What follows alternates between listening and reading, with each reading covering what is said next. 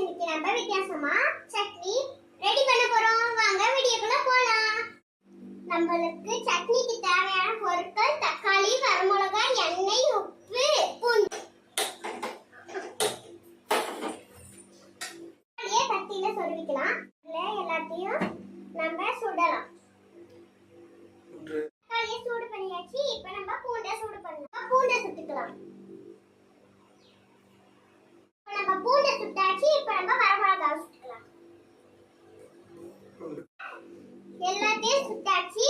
இப்போ நம்ம தக்காளியும் பூண்டையும் தோலை எடுத்துக்கலாம். சுட்டு வச்சிருக்க தக்காளி, வரமிளகாய், பூண்டு அத உப்பு போட்டு அரைச்சுக்கலாம். நம்ம அரைக்கலாம்.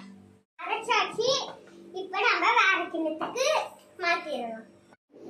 இப்போ எண்ணெய் சூடாயிடுச்சு. நம்ம சட்னியில கலந்துக்கலாம். இப்போ நம்ம எண்ணெயை சூடு பண்ணி ஊத்தியாச்சு. நம்ம இப்ப கலக்கலாம்.